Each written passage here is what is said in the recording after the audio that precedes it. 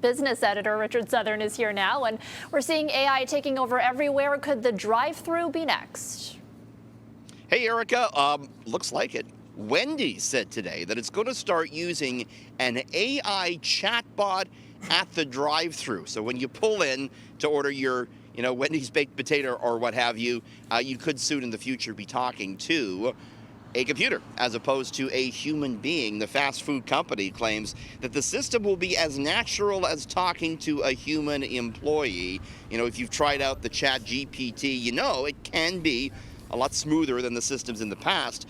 This particular chatbot, Wendy says, will have a female voice and will be able to understand requested items that aren't phrased exactly as they appear on the menu. They gave an example, if you ask for a large milkshake, they give you the large Frosty, which they sell instead of a milkshake. Of course, what Wendy's hasn't said is if this will lead to any employees losing their job. I mean, they talk about how this system could be more accurate, Erica. They don't talk about if it's going to replace any humans. And we know just in the last few months, there's been so much talk about the reported millions of jobs that AI could replace in the coming years. Who knows if this is the beginning?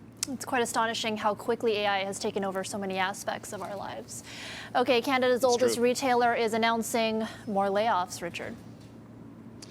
Yeah, you hate to see it. Hudson's Bay, Erica, just in the last few hours talking about how it is doling out another 250 layoff notices. This is not to workers in the store, though. These are corporate cutbacks. Canada's oldest retailer says the layoffs will impact corporate roles and will bring the total number of layoffs to 500 so far this year. A spokesperson for the Bay says the company is taking, quote, additional steps to flatten the organization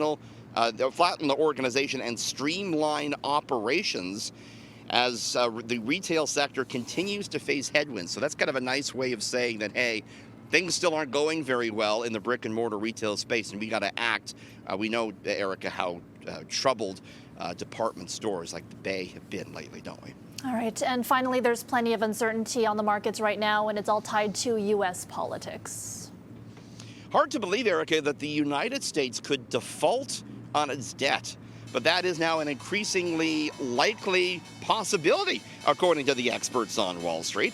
The American Treasury Secretary says the U.S. default could come as early as June 1st. Has to do with the fact that there is a legislative limit on the amount of national debt that can be incurred by the U.S. Treasury, thus limiting how much money the federal government has to pay to service the debt it already has. It's called the debt ceiling. Lawmakers are bickering right now about trying to raise it from its current $31 billion level. Likelihood of a U.S. default, according to Oxford Economics, Erica, is the highest ever. So yes, we saw some downbeat performances for the main stock indices today.